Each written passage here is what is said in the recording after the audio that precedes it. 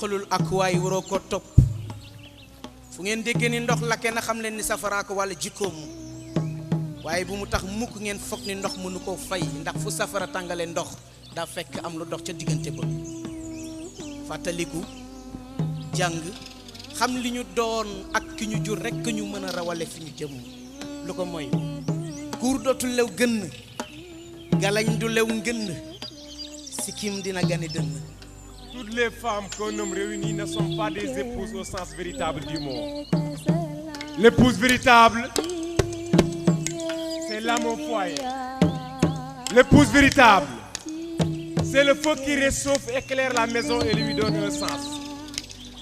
L'épouse véritable, c'est la compagne qui éloigne la solitude, le baume qui apaise le cœur endolori. L'épouse véritable, c'est l'ami véritable qui, comme une mère, sait pardonner. Comme une mère, elle affectionne l'être aimé et peut lui être dévouée jusqu'au sacrifice suprême. C'est votre cas, Yayu Fatima.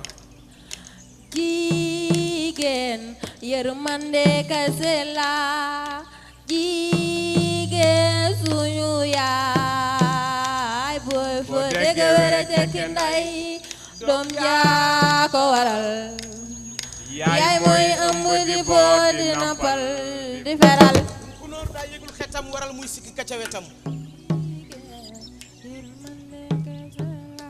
mani ku bëgg a raw da ngay dellu fa nga bokk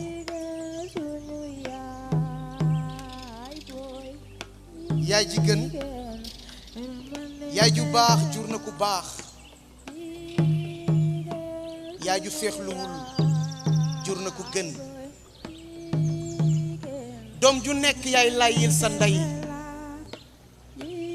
doom ji layil na fi mu bokk sagal na ñi ko topp